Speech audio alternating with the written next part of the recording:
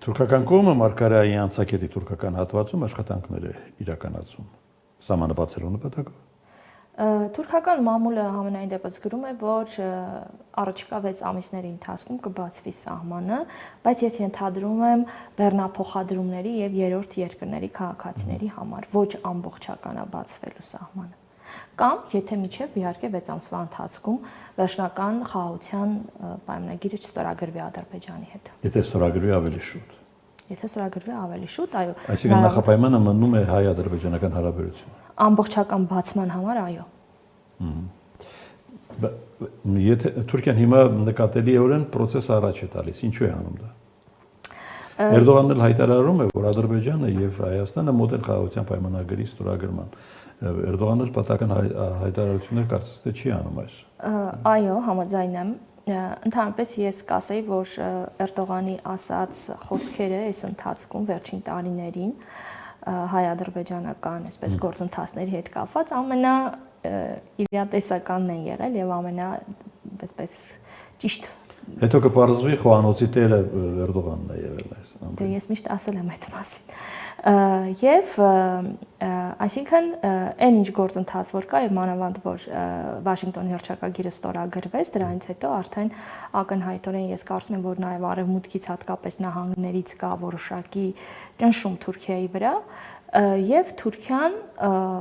ուրեմն կգնա վերջնական սահմանի բացմանը։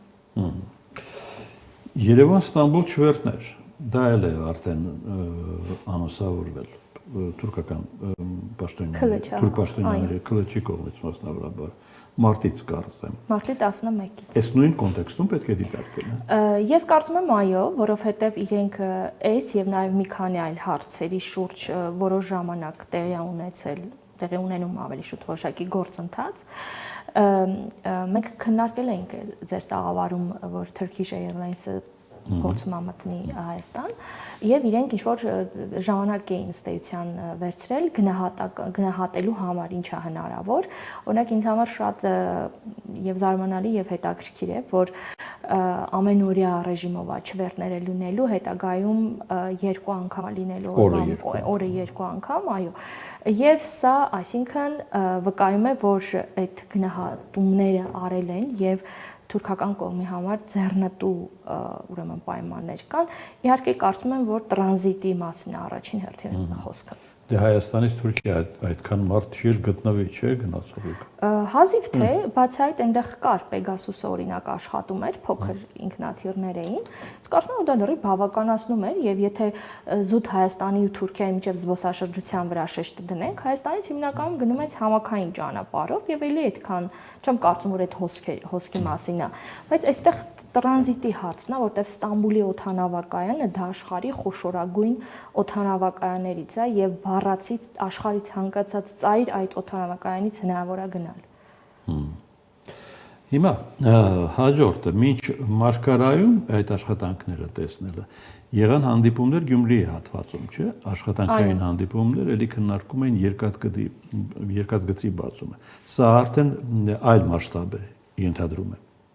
Դե տեսեք, երբ որ ես ասացի կար որոշ գործընթացներ սկսվել էին վաղուց, մեկը վերաբերում էր երկաթուղուն, երբ որ ըստ էության, եթե պաշտոնական հաղորդագրությունների վրա հիմք ունենանք, նշում են, որ գնահատում է գնում կողմերից եւ տեսեք, երբ որ վերջին գնահատումը եղավ, ամիս առաջ էր կամ ամիս կես, ուրեմն դրանից շատ կարճ ժամանակ հետո մեր վարչապետը դիմեց ռուսական կողմին, որպեսզի նա արագացնի այդ եղած հատվածների վերակառուցումը, որտեղ այդ հատվածները Հարավկովկասյան ընկերությանն են ըստ էության պատկանում։ Եվ թուրքական կողմից նույնպես կա հետաքրքրություն եւ ես կարծում եմ հաջորդ ավելի իրատեսական պայմանավորվածություն հայ-թուրքական հարաբերություններում հենց այստեղ կարելի է փնտրել։ Չէ, այստեղ կա մի շատ կարևոր նրբերանգ։ Դա մեր պատուհանն է Եվրամիությունն դեպի։ Այո։ Տեսեք, մեր կողմից դա մեր պատուհանն է դեպի Եվրամիություն, որտեղ եթե մենք Եվրամիության հետ ուզում ենք գործընթացները խորացնենք, առավել եւս առևտրատնտեսական կապերը ու նաեւ եթե ուզում ենք տրանզիտ դառնանք արդեն կենտրոնական Ասիայից դեպի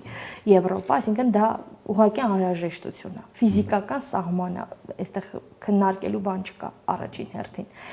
Եվ երկրորդ Թուրքիան ինքն է իր արչեւ այսպես սահման բացելու դեպի ԵԱՏՄ,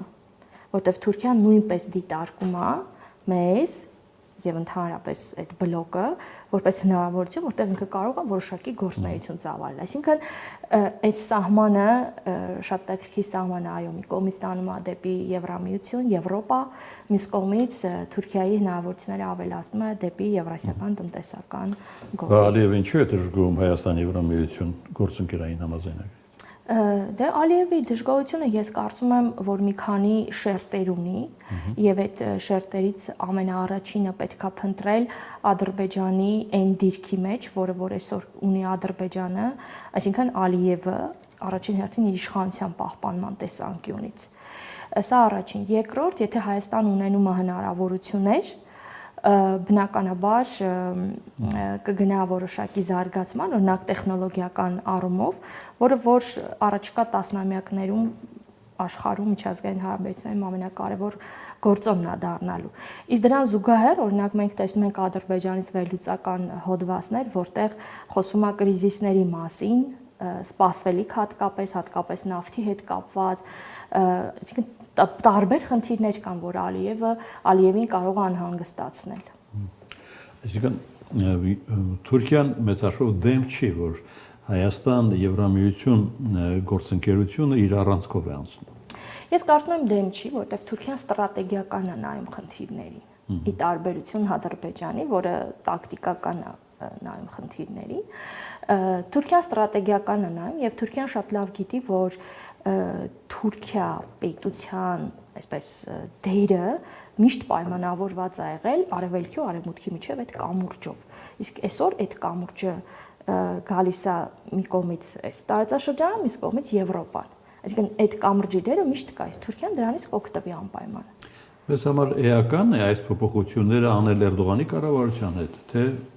ով է լինի։ Ես կարծում եմ ով է լինի այդ գիծը կշարունակի, որովհետև այս կամրջի, այս գաղափարը, որ Թուրքիան իր արտաքին քաղաքականության մեջ դրեց, դա սկսվեց Խորհրդային Միության փլուզումից անմիջապես հետո,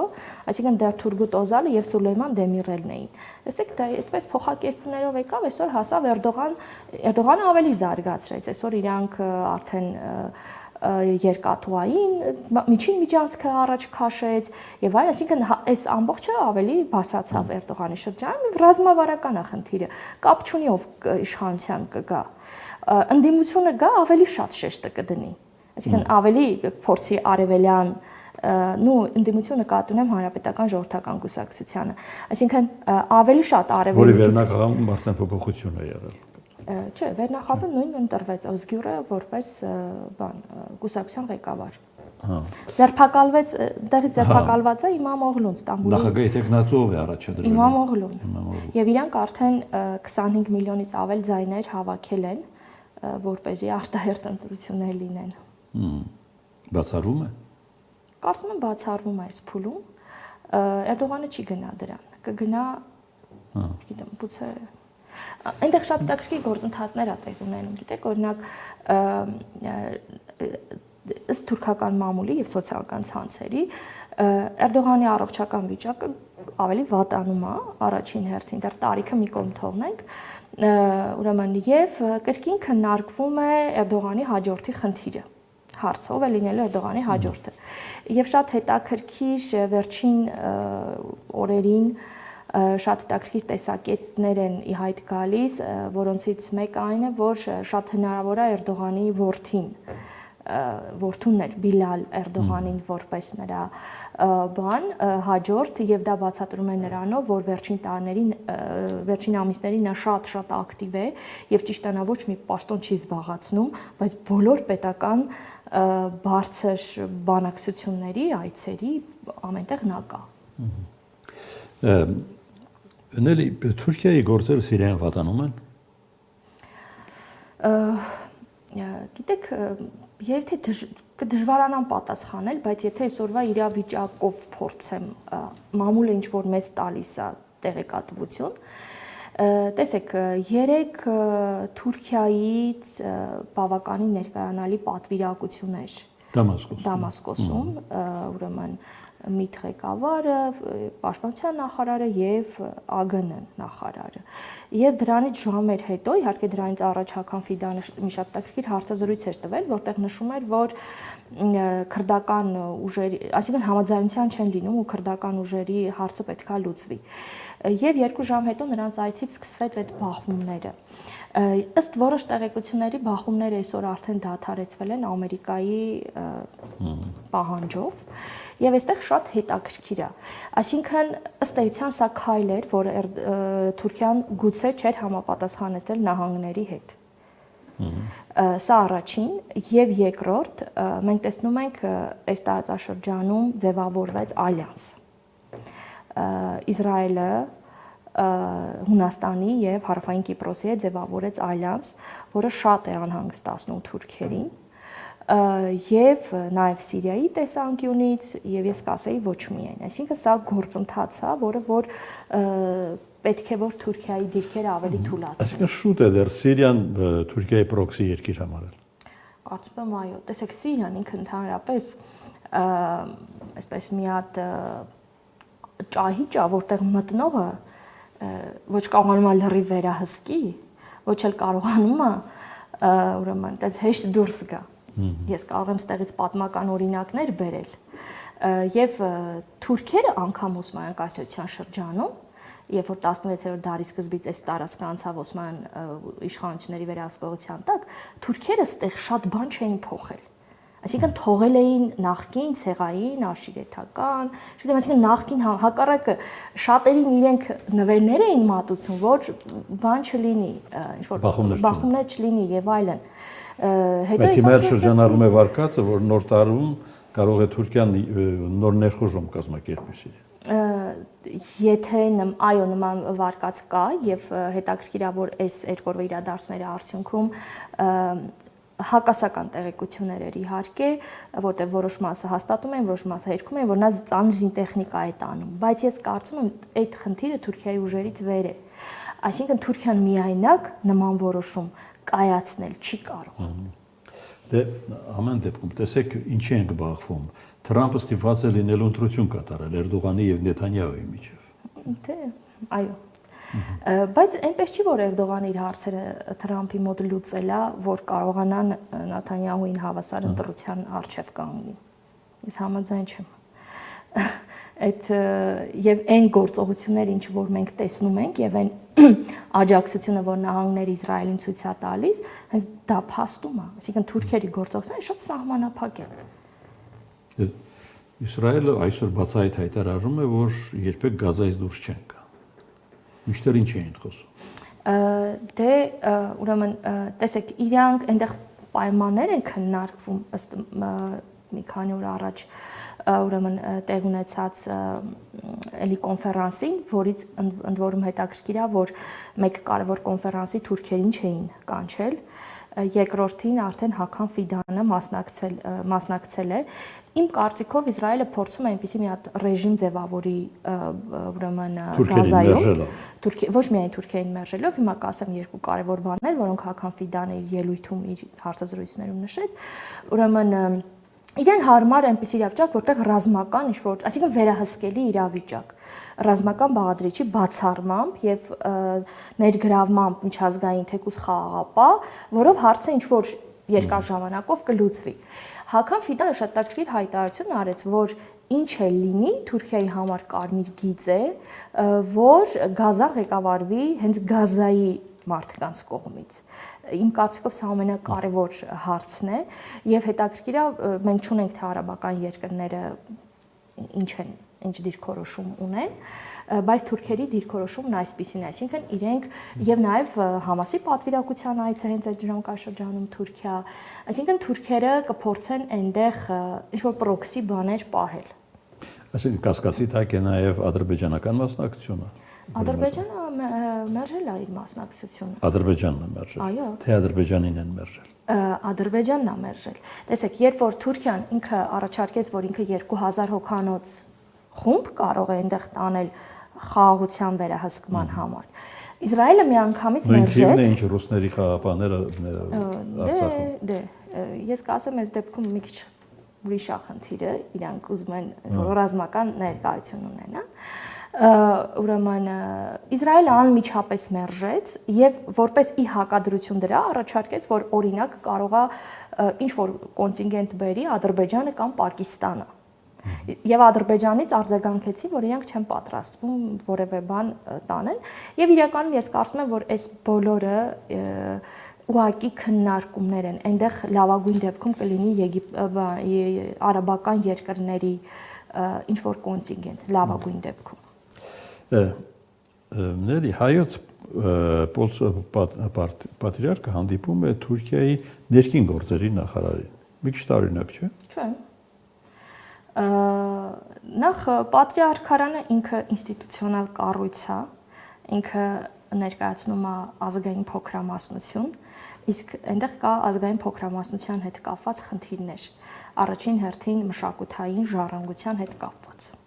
Եվ այդտեղ որոշ իրավունքների հարց կա, դրա համար էլ Պոլսո պատրիարքը հանդիպել է ու դա միշտ եղել է։ Դա նոր առաջին հանդիպումը չէր, միշտ եղել է այդպես։ Պոլսո պատրիարքի եւ մեր եկեղեցու առնչությունները թուրքական կոնտեքստում ընդհանրապես դիտարկվում է թե ոչ։ Տեսեք, թուրքական Aydınlık թերթներ գրել մի սադրիչ հոդված, ես այսպես կբնութագրեմ այդ հոդվածը։ Ես թողեցի, որ դու գաս այդ հոդվածին։ Այո, ես այդ հոդվածը ասեմ, ընդ որում ասեմ, որ Aydınlık-ը դա պատկանում է թուրքական եվրասիականության գաղափարները ներկայացնողների թևին, այդ մասնապես Դողու Փերինչեկին, եւ նրա որդին է հիմնական խմբագիրը, եւ նրանք այդպես փորձում են Թուրքիան իբր թե պոկեն արևմուտքից եւ տեսնում են, որ Թուրքիայի ապագան Չինաստանի ու Ռուսաստանի հետ դաշինքի մեջ է։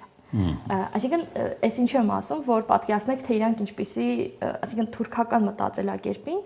ընդհանրապես չբնորոշ ուրեմն գաղափարներն առաջ քաշում։ Եվ իրենք մի այդպես սադրիչ հոդված էին հրապարակել, որ պատերազմը սկսել Հայաստանի վարչապետը եկեղեցու դեմ եւ եկեղեցին կապում էին իբրև մեր ազգայնական շրջանակների հետ եւ իբրև թե դրանով այդ հարցը կլուծվի Ստամբուլում եւ Անկարայում, այսինքն Էրդողանի ներգրավմամբ եւ սա կնշանակի Թուրքիայի այսպես լիարժեք վերահսկողության հաստատում Հայաստանի նկատմամբ։ Մեզ բորբոքելու թե ներսում ինչ որ։ Ես կարծում եմ, այո, դա մեզ ավելի շատ, գիտեք, իմ այսպես կարծիքով պատվիրված հոդված էր, որը Թուրքիայում շատ է լինում, եւ ընդհանրապես բոլոր մամուլներում է լինում, պատվիրված հոդված էր, ուղղակի ստեղծված իրավիճակի վրա ինչ որ դիվիդենդներ հավաքելու տեսանկյունից։ Մենք բոլորս էլ գիտենք, որ այդտեղ մեծ հաշվով հայոց եկեղեցու խնդիր չկա, այստեղ լրիվ ուրիշ խնդիրներ է, ինչալյուս թուրքական մամուլը անդադ անդրադառնում է, բայց շատ զուսպ, որ կա այսպիսի խնդիր Հայաստանում, որտեղ վերջին շրջանում հայաստանյան իրադարձություններին թուրքական թե ընդդիմադիր թե իշխանամետ մամուլը միշտ անդրադառնում է։ Գրեթե այդպես կարևոր հարց չի լինում, որ իրանք վերջին շրջանում չեն անդրադառնում։ Եվ դա էլ դրա համատեքստում, այսինքն գործընթաց է, որը բոլորի ուշադրության ուրեմն կենտրոնում է,